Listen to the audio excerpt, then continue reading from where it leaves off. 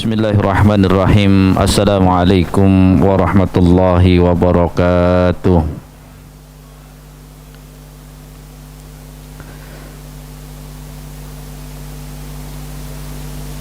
Alhamdulillah.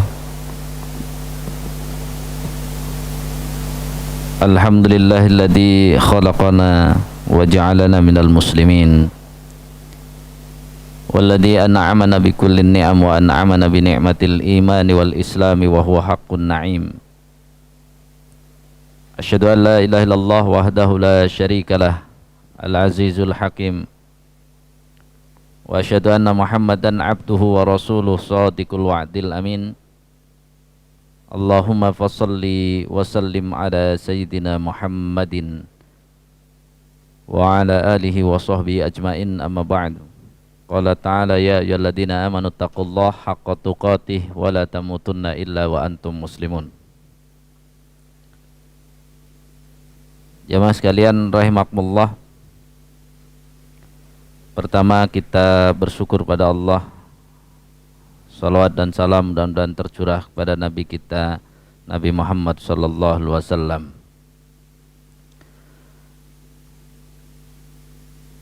Sebelum saya mulai, yang pertama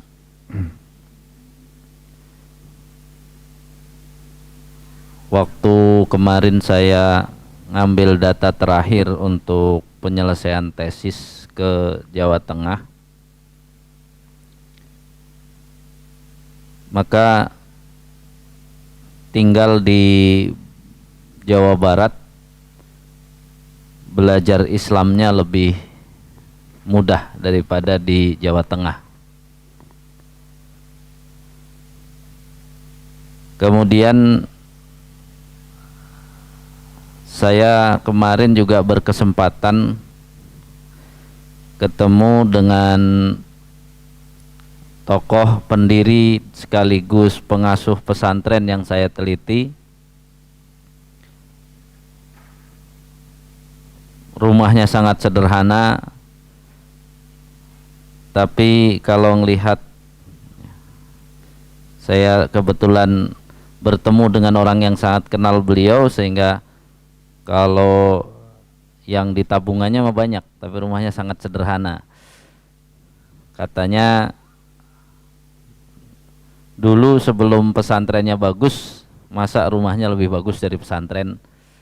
Begitu pesantrennya bagus, maju, sekarang muridnya kurang lebih 1.200-an, itu nanti kalau bangun rumah dikira ngambil untung dari pesantren, akhirnya nggak jadi. Kegiatan beliau luar biasa. Saya kemarin itu karena beliau lagi sakit, kemudian saya silaturahim, katanya besok pagi sama saya aja ke satu tempat yang cukup terpencil, kurang lebih 45 menit pakai mobil. Nah, subuh-subuh sopirnya datang, kemudian sebelum subuh ya, jam 3 di sana kan subuh jam 4 kurang, jadi jam 3 itu sopirnya bilang, Pak Kiai nggak bisa ngisi, jadi yang ngisi Ustadz aja. Jadi kemudian saya ajarkan yang sederhana, akhirnya saya cuman mengatakan bahwa ya pengajaran Islam di Jawa Tengah masih yang banyak kan sholawatan, kemudian ya baca Yasin itu, tapi pemahaman itu sangat minim. Kenapa saya kisahkan ini? Karena umur juga. Kebetulan kemarin subuh saya di WA sama kawan yang nganter saya masuk ke Kiai itu, dia bilang Pak Kiai wafat. Makanya saya sebut ini ya, berarti orang yang berdakwah sampai beberapa titik, yang pada akhirnya nanti kalau Ustadz pulang mau nggak mau keliling ke tempat-tempat Pak Kiai ini berdakwah, saya katakan insya Allah kan itu ya. Sehingga mohon keikhlasannya untuk mendoakan beliau, Allahumma gfir lahu warhamhu wa'afihi wa'fu anhu. Yang kedua, kajian kita si Sabtu pekan kedua ini tazkiyatun nafasnya sebenarnya menggunakan kitab Riyadhus Shalihin. Jadi kalau di rumah punya kitabnya, baca-baca itu biar ada apa? Ada frame. Selama ini kajian Riyadhus Shalihin itu kan kajian ayatnya dijelasin, hadisnya dijelasin, sampai arahnya kemana nggak tahu. Padahal ketika kita bicara tazkiyatun nafas itu berarti mengkaji Riyadhus Shalihin menggunakan metode nama kitabnya. Nama kitabnya kan Riyadhus Shalihin, taman orang-orang solih. Dalam pengantar dulu saya sudah katakan, taman orang-orang solih itu ada di mana? Apakah di taman yang banyak bunganya? Apakah di gunung, di lembah, di pantai? Apakah saat sehat atau saat sakit? Ketika sudah bicara tentang Riyadhus Shalihin, taman orang-orang solih itu tempatnya di mana? Dalam hati. Maka kajian kita ini itu yang kita bangun adalah dari Riyadhus Shalihin kita ingin memahami secara taman seperti apa yang kita ambil dari judulnya. Makanya kajian kita kan sudah membahas tentang ikhlas itu di bab 1 sebenarnya, kemudian taubat itu bab 2, sabar itu bab 3-nya, kemudian benar ya, asidku jujur dan benar itu bab 4, dan hari ini ketika bicara muraqabah sebenarnya dia ada di bab yang kelima. Nah, saya beberapa kadang-kadang mengulang ya, terima kasih Masjid Al-Hidayah, dengan rekaman itu saya bisa mengulang apa yang sudah disampaikan, dan hal-hal yang dari sisi kebenaran ya, asidku pada bab sebelumnya itu kan kenapa kita kadang-kadang susah menerima kebenaran Islam. Walaupun sudah ngerti paham tapi ragu-ragu mau menjalankan. Bahkan kadang-kadang kayaknya repot banget, memang harus kayak begitu beragama. Kan selalu ada apa? Hal-hal yang membuat kita harus apa? Apa yang kita dengar, apa yang sudah kita paham itu antara sami'na wa ata'na dengan sami'na wa asaina kadang-kadang lebih banyak sami'na wa asaina. Bukan kami dengar kami taat, kami dengar tapi ntar dulu deh. Kan itu ntar dulu itu awal dari wa asaina, lama-lama lupa, akhirnya apa? Nggak jadi. Nah, kondisi nyata diri kita itu memang harus kita dudukkan dengan benar secara jujur, sehingga kita ini akan bisa pelan-pelan mengajak jiwa kita untuk mengikuti Islam tersebut. Nah, akhirnya itu sebenarnya nanti beberapa akan ketemu. Tadi paling besar penghambat jalan Islam kita paling besar adalah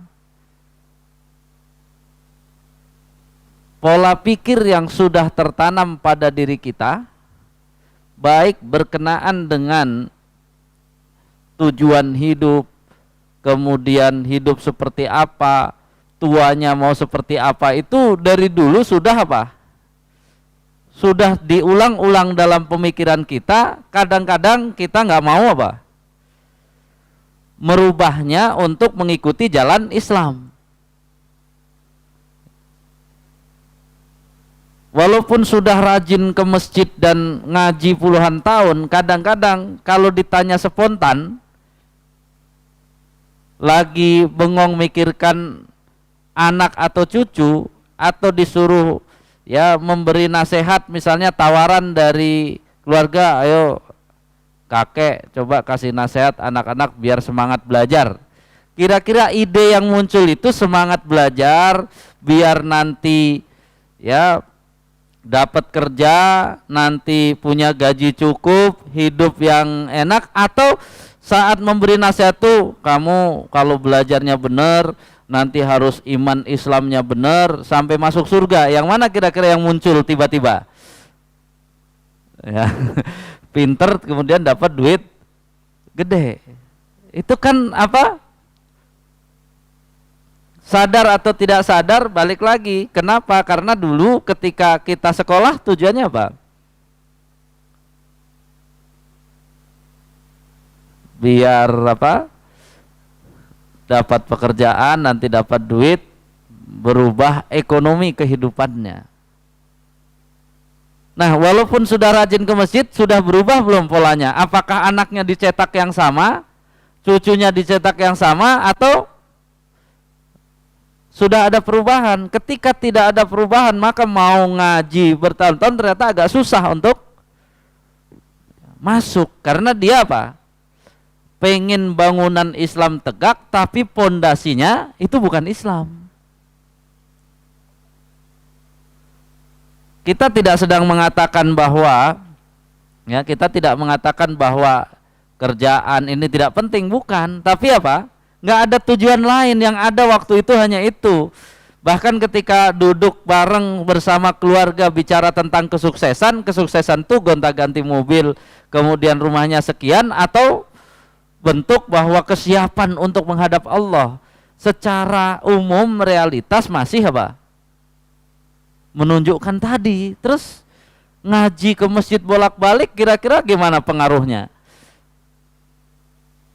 Kurang signifikan.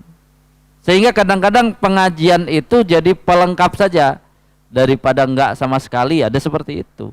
Makanya ya, yang kemarin saya sampaikan di khutbah gerhana, itulah gerhananya tuh kita gitu ya. Karena harusnya Islam yang hebat dan bagus itu tertutup sama kualitas kita yang tidak mengakomodasi semua pola hidup dan tujuan Islam tersebut. Nah ini jamaah sekalian, maka pola ketika kita bicara tentang kebenaran, kadang-kadang kita akhirnya terjebak pada program menyukseskan jalan yang dirintis Rasulullah sama program yang dirintis oleh Yahudi. Suatu saat kita akan terbengong sendiri. Memakmurkan masjid, membuat majelis taklim makin lama makin besar. Ketika majelis taklim masjid itu tidak bisa kerjasama dengan majelis taklim ataupun masjid yang lain, berarti ketika tidak bisa kerjasama karena sudah besar, sudah hebat, itu melemahkan Islam atau menguatkan Islam? Jadi menyukseskan program baginda Rasulullah SAW atau menyukseskan program Yahudi? Ya kalau melemahkan Islam kan program Yahudi. Apakah sadar? Kadang-kadang nggak sadar. Ini kan penting, sesuatu yang apa? Pemahaman. Kalau disebut akidah, itu akidah itu pola yang harus dibangun oleh kita adalah sanggup mempengaruhi seluruh pola hidup kita, cara mikir kita, mempengaruhi penilaian kita terhadap sukses, mempengaruhi ya kehidupan kita, semua harus bisa dipengaruhi dengan akidah itu. Nah ini kadang-kadang kan ingatnya akidah pas di masjid, pas keluar udah nggak ingat lagi. Nah makanya hari ini bab muraqabah itu kan, kalau yang terkenal muraqabah itu kan di mana saja kita merasa diawasi Allah. Karena memang benar kata muraqabah itu adalah merasa diawasi oleh Allah. Kita bersyukur kerangka yang dibangun oleh ya Imam An-Nawawi di Riyadhus Shalihin ini dengan ya dimulai dari ayat-ayat Al-Quran, baru kemudian beberapa hadis sebagai pendukung. Kalau kita baca ayatnya, tafsirnya, kemudian hadis-hadisnya, itu bicara ayatnya nanti hanya memastikan kepada kita bahwa Allah Maha tahu, Allah Maha mengawasi kita dimanapun, kapanpun. Maka yang disebut oleh Imam An-Nawawi adalah surat Asy-Syu'ara ayat 218 219. Ya, alladzi yaraka hina taqum wa taqallubaka fis sajidin. Ya. Di sini yaraka hina taqum itu Ibnu Katsir menyebut ilas shalah. Yang dinamakan takum di sini adalah ilas shalah, berdiri untuk sholat. Kemudian wataqallubaka fis sajidin adalah wataqallubaka raki'an wa qa'iman wa sajidan wa qa'idan fis sajidin ay al musallin. Kemudian Ibnu Katsir mengatakan yakni yaraka idza shalaita munfaridan, Allah melihat engkau ketika engkau sholat sendirian, wa idza shalaita fi jama'atin, ataupun ketika engkau sholat berjamaah. Dan ini kita sudah tahu Allah pasti Maha melihat, itu satu. Kemudian surat Al-Hadid wa huwa ma'akum aina ma kuntum, itu juga jelas Allah akan selalu bersama kalian dimanapun kalian berada. Berarti kan Allah pasti mengawasi apa yang kita lakukan. Kemudian Al-Mujadalah ayat 7 yang alam tara annallaha ya'lamu ma fis samawati wa ma fil ardh ma yakunu min najwa thalathatin illa huwa rabi'uhum wala khamsatin illa huwa sadisuhum wala adna min dzalika wala aqsara illa huwa ma'ahum aina ma kanu thumma, ini yang terpentingnya, yunabbi'uhum bima amilu yaumal qiyamati innallaha bikulli syai'in alim. Mau kita ngobrol rahasia nggak ada yang tahu, bersama tiga orang Allah yang keempatnya, 5 orang Allah yang keenamnya, dan mau berdua juga Allah yang ketiga, mau 7 Allah yang kedelapan. Itu ditegaskan di ayat, menunjukkan apa? Allah bersama kalian, bahkan summa yunabbi'uhum, nanti Allah tinggal memberitahu kalian, nih loh yang waktu itu kalian ya kumpul-kumpul yang katanya rahasia.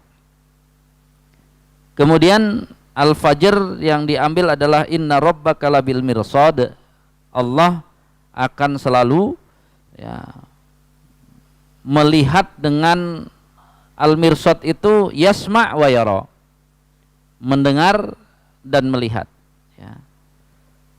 Baru kemudian surat Ghafir ya'lamu khani'inatal a'yun wa ma tukhfis sudur, jadi yang tidak bisa ditembus atau yang menipu pandangan, bagi Allah tidak pernah bisa menipu pandangan. Kemudian yang tersembunyi di dalam dada kita saja bagi Allah tidak tersembunyi. Jadi ditutup dengan surat Yunus ayat 61 yang menunjukkan bahwa apapun mau yang disebut tidak kelihatan Allah tahu. Bahkan Allah katakan illa fi kitabim mubin, bahkan dicatat. Ada catatannya. Artinya di ayat-ayat ini penegasan bahwa Allah pasti mengawasi kita. Berarti belum bisa kita mengambil merasa diawasi Allah, karena ayatnya baru bicara Allah pasti mengawasi.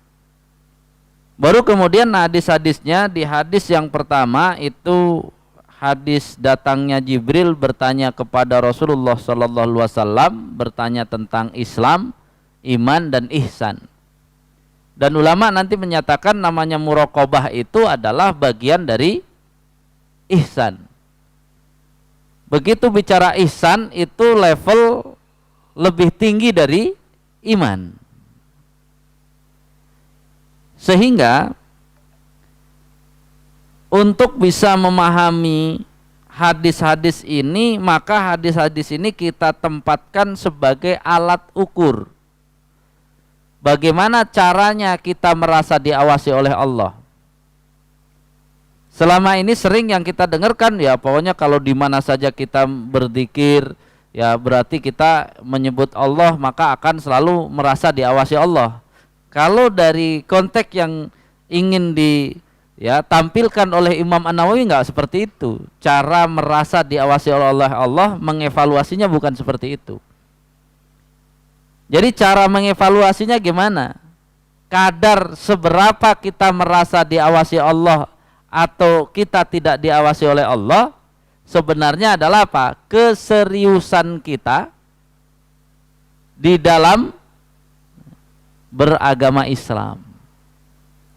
Jadi kalau kita bicara merasa diawasi oleh Allah, siapa yang paling merasa diawasi oleh Allah adalah yang bisa melaksanakan Islam. Kalau belum bisa pelaksanaan secara utuh, yang menerima Islam 100% yang waktu itu pernah kita bahas, itu berarti merasa diawasi oleh Allah.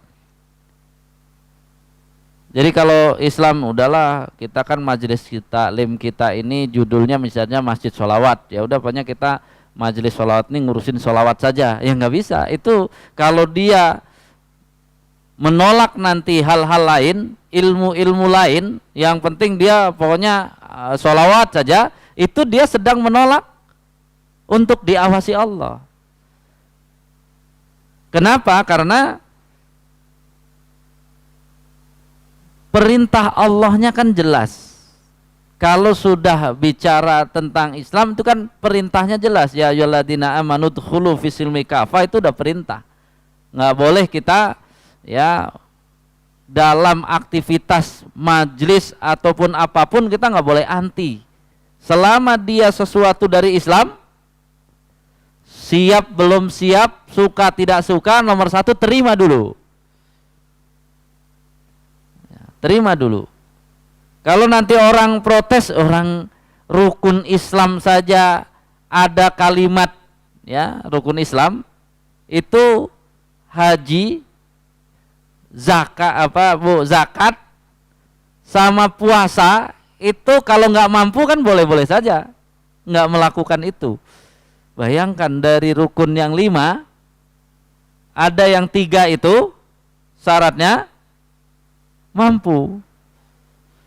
Jadi untuk masalah melaksanakan itu nanti sabar sampai benar-benar memiliki kemampuan untuk melaksanakannya. Kita tidak ketika kita membahas tentang ya ayyuhalladzina amanu dkhulu fis-silmi kafah, itu bukan tiba-tiba masjid ini harus melaksanakan seluruh hukum-hukum Islam, bukan. Karena kalau untuk melaksanakan yang sifatnya amal itu harus ada kemampuan. Harus ada kemampuan. Nah, kemampuannya juga tidak bisa dibuat-buat. Allah sudah memberi atau belum kemampuan itu.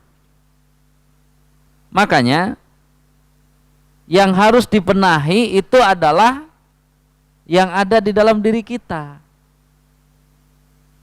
Makanya latihan, saya kadang-kadang bicara misalnya jamaah masjid itu harus mulai latihan. Misalnya dia, kok saya nggak suka ya dengan ceramah yang keras berapi-api. Latihannya apa? Dengerin terus biar sampai apa? Ya ini kan ceramah berapi-api, kalau masalahnya isinya bagian dari Islam, berarti kan harus kita terima. Karena Islam itu kan isi lengkap tadi, paket lengkap, bukan sepotong-sepotong. Saya pengennya mah kalau ngaji yang enak-enak, yang tenang-tenang, ya susah nanti. Kita telah membatasi sendiri untuk mendapatkan Islam yang sempurna. Karena kita apa? Pilih-pilih. Ya, kalau pilih-pilih, akhirnya kita tidak mendapatkannya. Misalnya orang sangat tidak suka bahasan politik misalnya, coba dengerin dulu. Wow, ini bahas politik. Akhirnya apa? Ini kan bukan masalah suka, tidak suka dulu. Saya bisa menerima dan mengambil bagaimana nilai Islam yang harus saya masukkan dalam bahasan politik kan ke sana nanti. Itu kan harus terlatih. Karena ketika kita memilih Islam, Islam itu paket lengkap. Beda dengan agama lain tidak lengkap. Islam itu pakai sendal saja ada hadisnya. Ya, pakai kanan dulu kalau mau lepas, kiri dulu gitu ya. Kalau putus satu, ya silakan. Kalau mau dipakai susah-susah karena putus, atau kalau mau dilepas nggak bisa, ya udah lepas satu, nanti pakai satu nggak bisa. Asalnya apa? Kalau mau dipakai pakai dua-duanya, kalau mau dilepas lepas dua-duanya. Nggak ada tuh apa main apa tuh kaki satu terus, itu nggak ada dalam itu hadisnya. Sampai masalah sendal saja pakai sendal dibahas. Berarti kan kita apa? Masa yang penting-penting masalah kepemimpinan, masalah ini nggak dibahas, kan nggak mungkin gitu ya. Kurang kerjaan namanya ya. Masalah pakai baju dibahas, masalah masuk toilet dibahas, masa masuk kekuasaan nggak dibahas kan.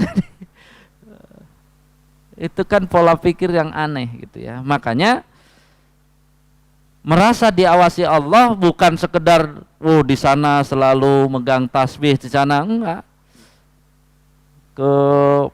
Dia terpilih sebagai parlemen selalu megang tasbih tapi nggak menolak apa sogokan, itu berarti apa?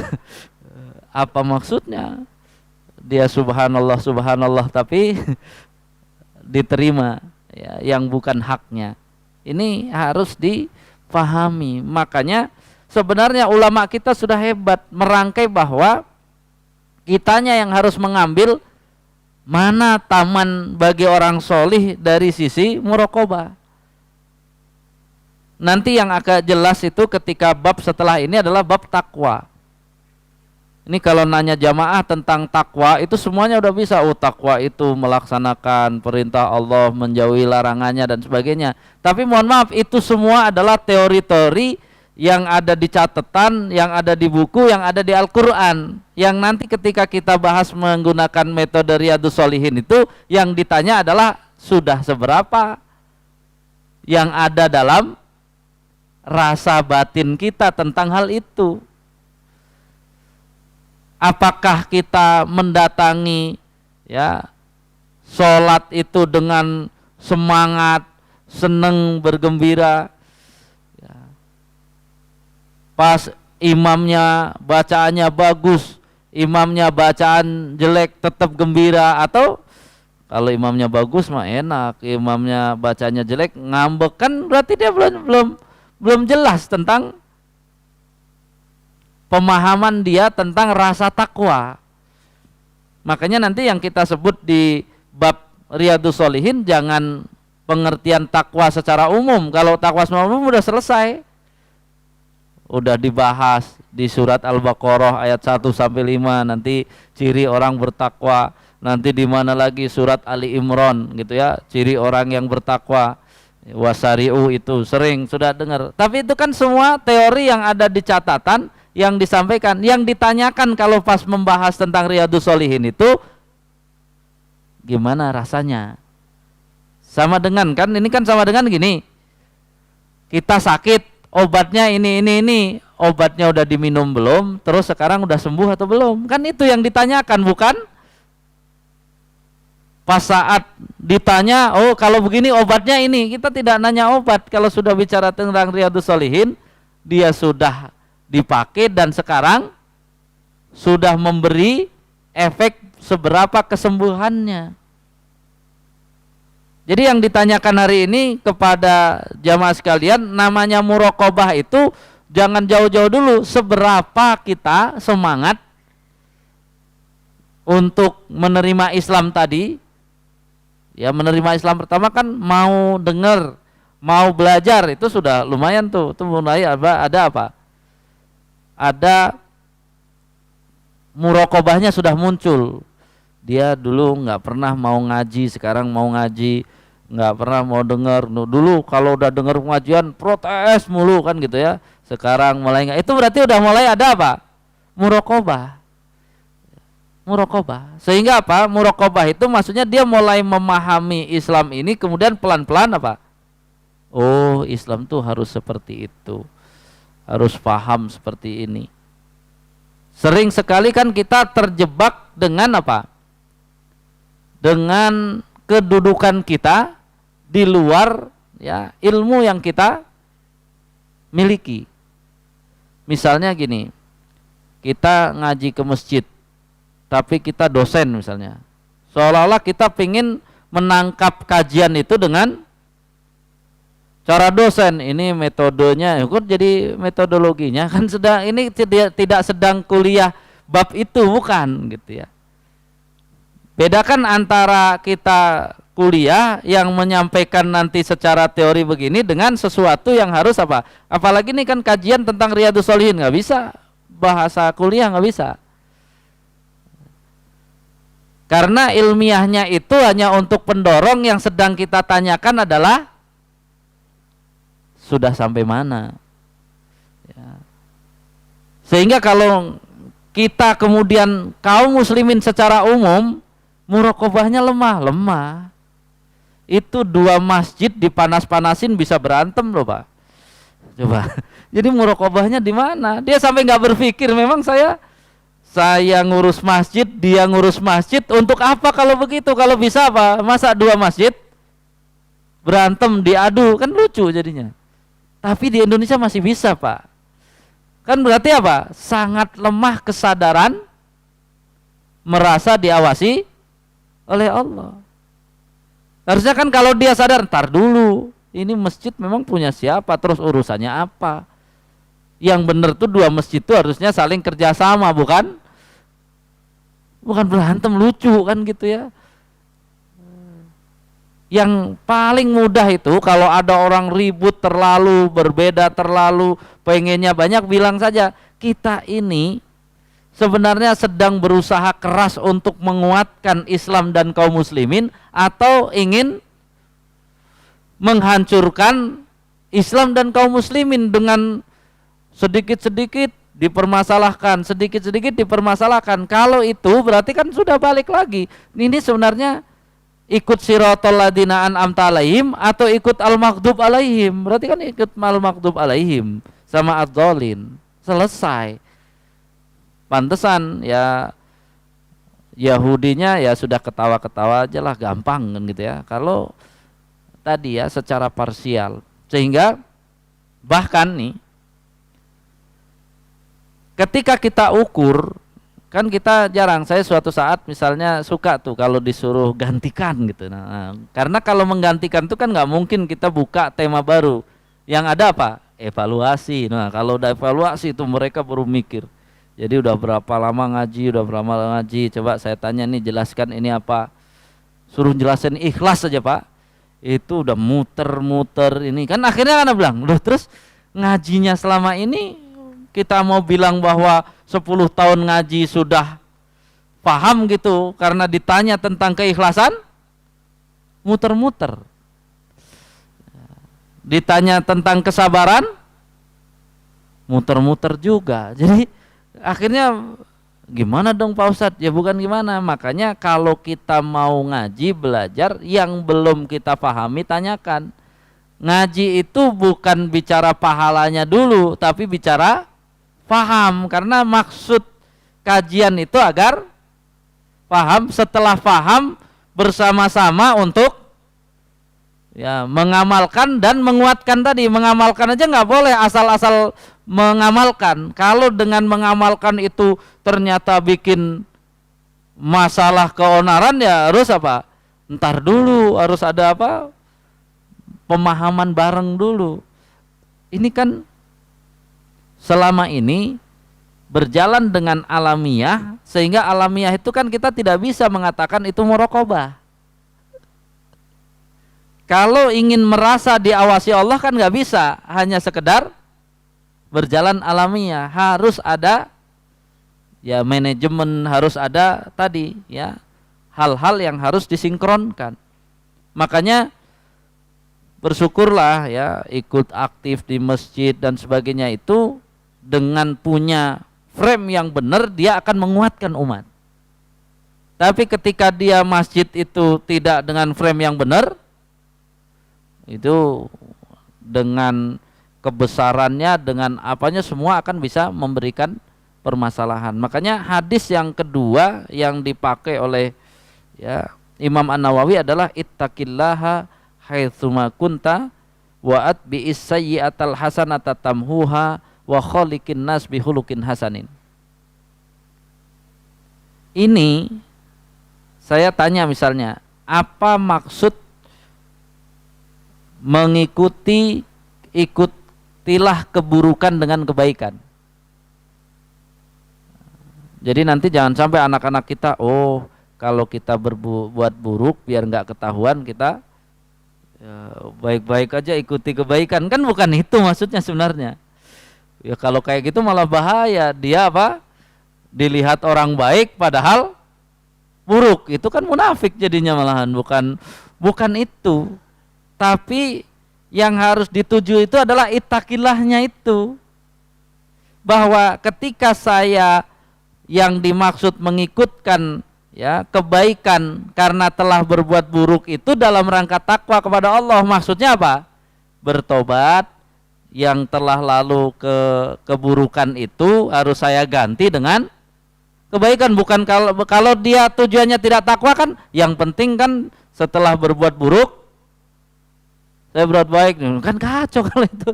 Jadi kita ini suka kadang-kadang sepotong itu nggak ngelihat kan yang atas tujuannya, ittaqillahnya itu, bahwa proses wa khaliqin nas bihulukin hasanin untuk apa? Bukan untuk melancarkan bisnis saja, bukan, tapi untuk program ittaqillahnya.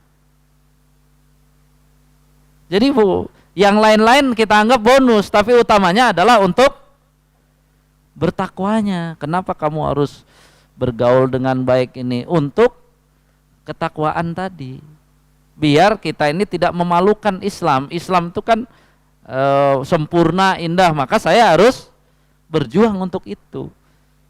Nah, sehingga kita sering terburu-buru menggunakan kalimat-kalimat yang harusnya maknanya berbeda dengan cara tadi. Coba lihat, ya gulam, Nabi ini. Habis itu Imam Nawawi menyebutkan hadis ini, ya gulam. Gulam itu berarti anak yang belum berumur balik.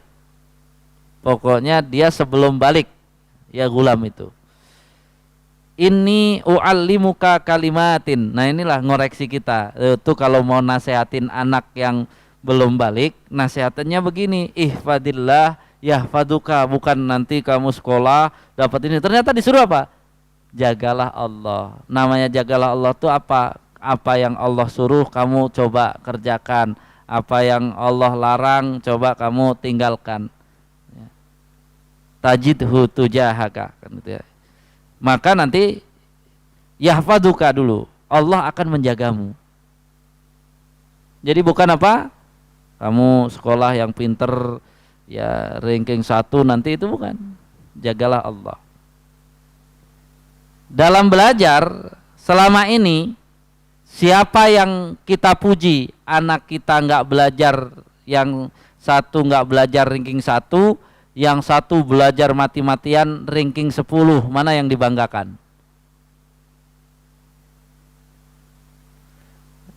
Kita kan sudah salah. Oh, dia nggak belajar aja ranking 1. Ini bahaya, ini kan harusnya kamu walaupun ranking 1 tapi kamu nggak dapat pahala. Kok nggak dapat pahala? Kan belajar itulah yang berpahala. Jadi kan harus diajarkan. Ini nanti biasa apa? Yang penting tercapai tujuan, walaupun tidak, usahanya nggak benar. Ini kan sedang mengajarkan dia usahanya nggak benar, kita bangga. Tidak sadar kita. Malah dibilangin tuh kayak adik kamu tuh walaupun nggak belajar ranking, itu salah kan. Makanya kita nggak bicara ihfadillah di situ. Ihfadillah tuh nggak penting, yang penting kamu belajar mati-matian, mau ranking 10 nih, yang penting pahala kamu tuh kan belajar. Hasil di dunia ini jangan dijadikan ukuran, karena kan yang hasil sesungguhnya nanti yang di sisi Allah. nanti yang ranking 1 terus sampai kelas berapa nggak pernah belajar, dikiranya dapat pahala berapa? Nggak dapat.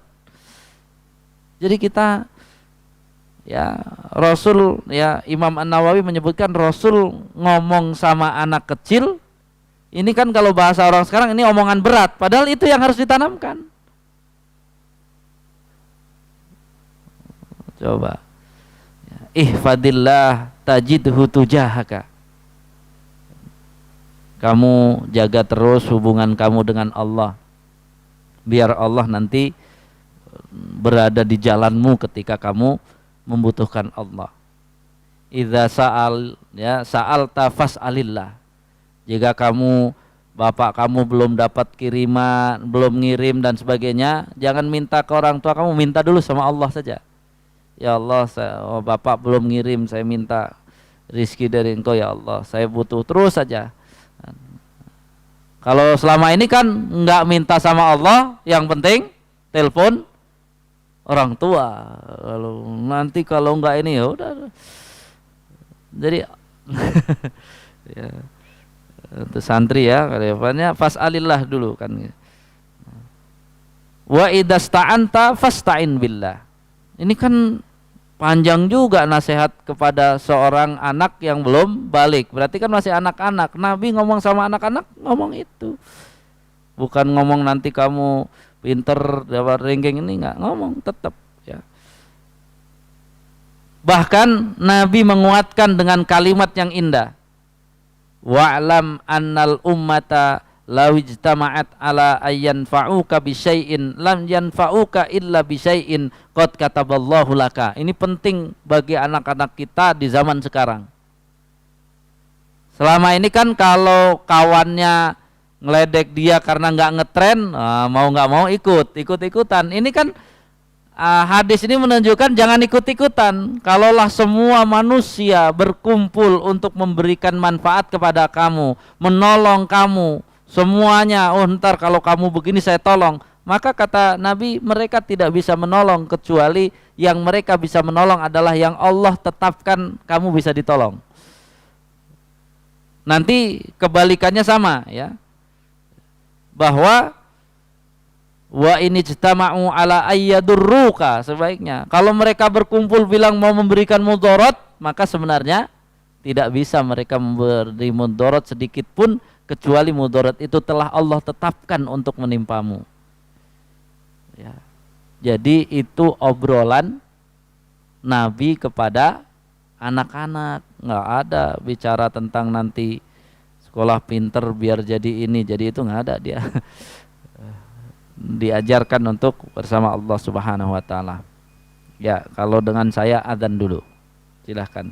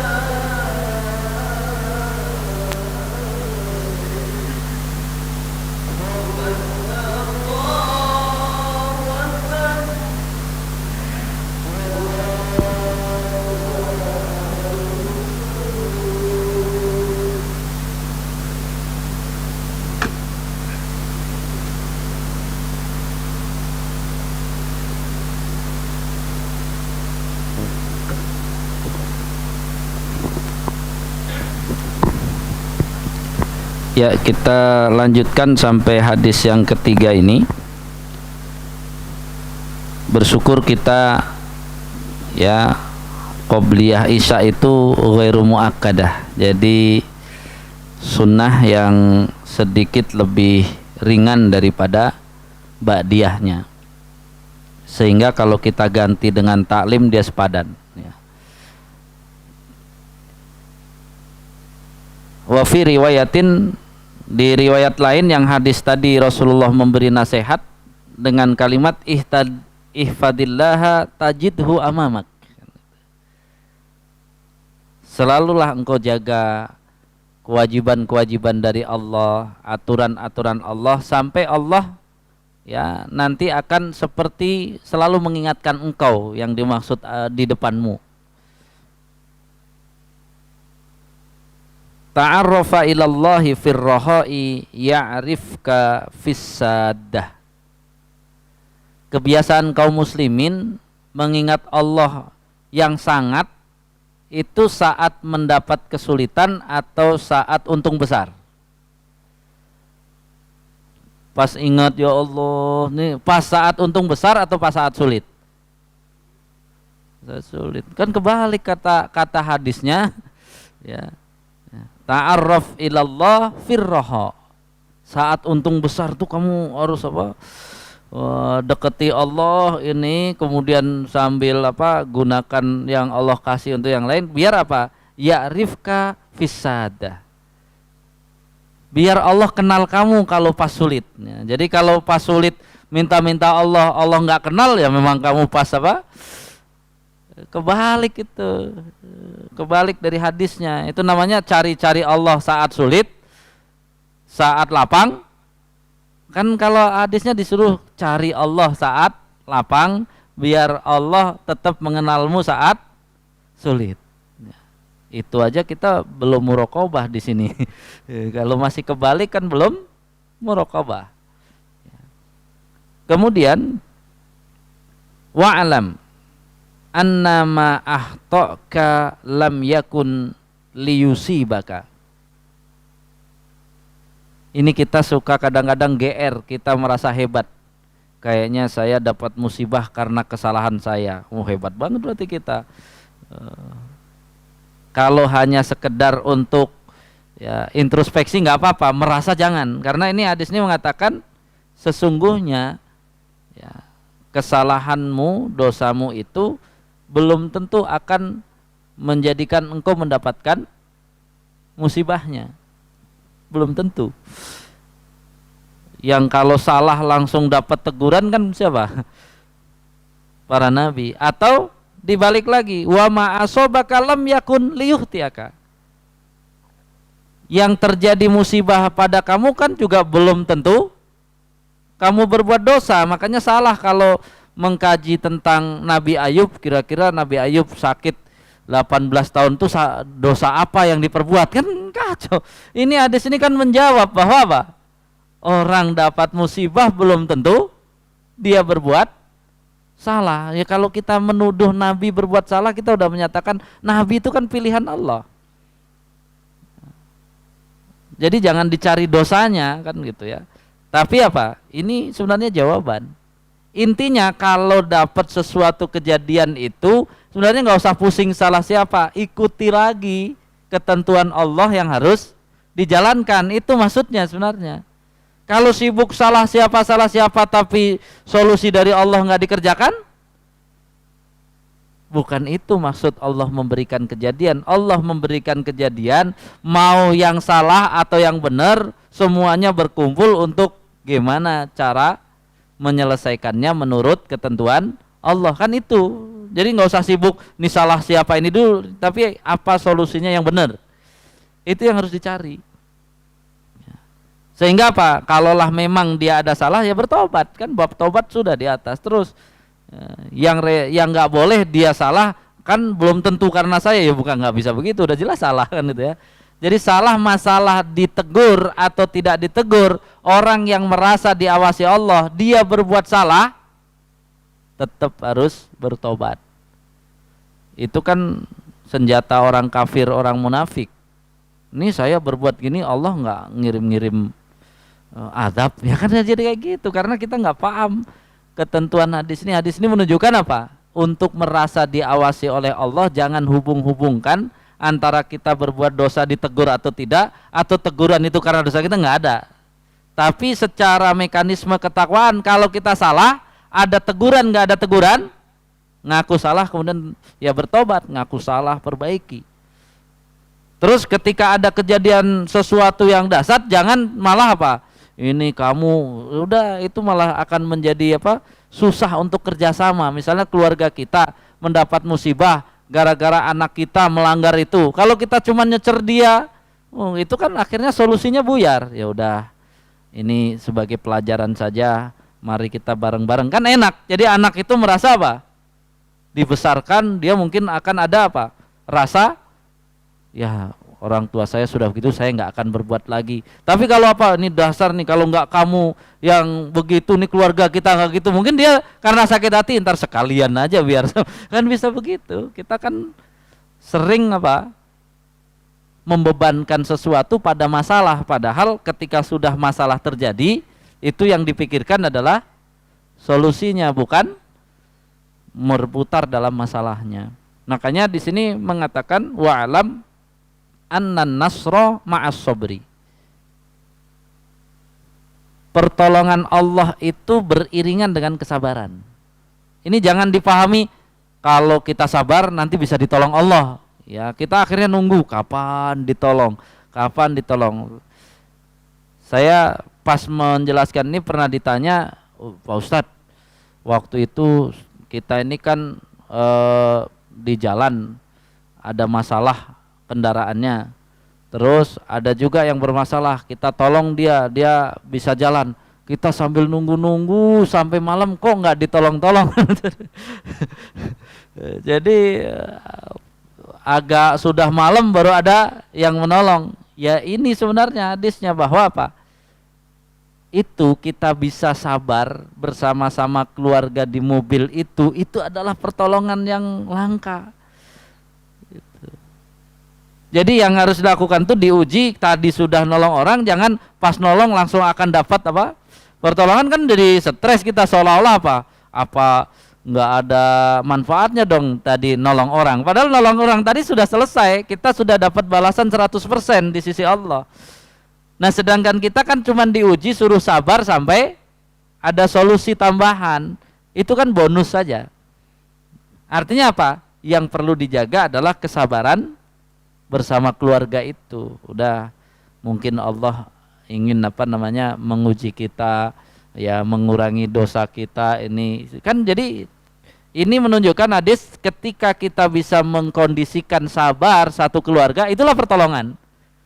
Masalah solusi itu pertolongan kedua. Jadi dia dapat dua pertolongan. Dia nolong orang tadi kan cuma satu pertolongan, dia dapat masalah, selesaikan pertolongan langsung selesai. Kalau ini dua pertolongannya, dia bisa sabar adalah pertolongan satu, nanti dapat solusi pertolongan dua, udah dapat dua dia. Jadi penekanannya kepada kesabaran, bukan kepada pertolongan. Karena apa? Kesabaran itu bagian dari pertolongan. Jadi jangan apa, kita udah sabar kenapa nggak ditolong-tolong, ya kan? Stres sendiri, padahal kita sabar itu bagian dari pertolongan. Kalau tidak ditolong Allah, kitanya nggak sabar. Itu nggak ditolong Allah namanya. Kita tidak bisa sabar baru bilang kita tidak ditolong Allah. Wa annal faraja ma'al karbi wa anna ma'al usri yusron. Insyaallah pada pertemuan berikutnya berarti masih di muraqabah, tapi kita masuk di hadis yang keempat. Hadanallahu wa iyyakum ajmain. Mudah-mudahan Allah berikan kepada kita pemahaman, dan yang paling penting adalah keseriusan kita untuk menerima Islam dan bisa pelan-pelan gitu ya, sami'na wa ata'na, bukan sami'na wa asaina. Subhanakallahumma wa bihamdik asyhadu an la ilaha illa anta astaghfiruka wa atubu ilaik. Assalamualaikum warahmatullahi wabarakatuh.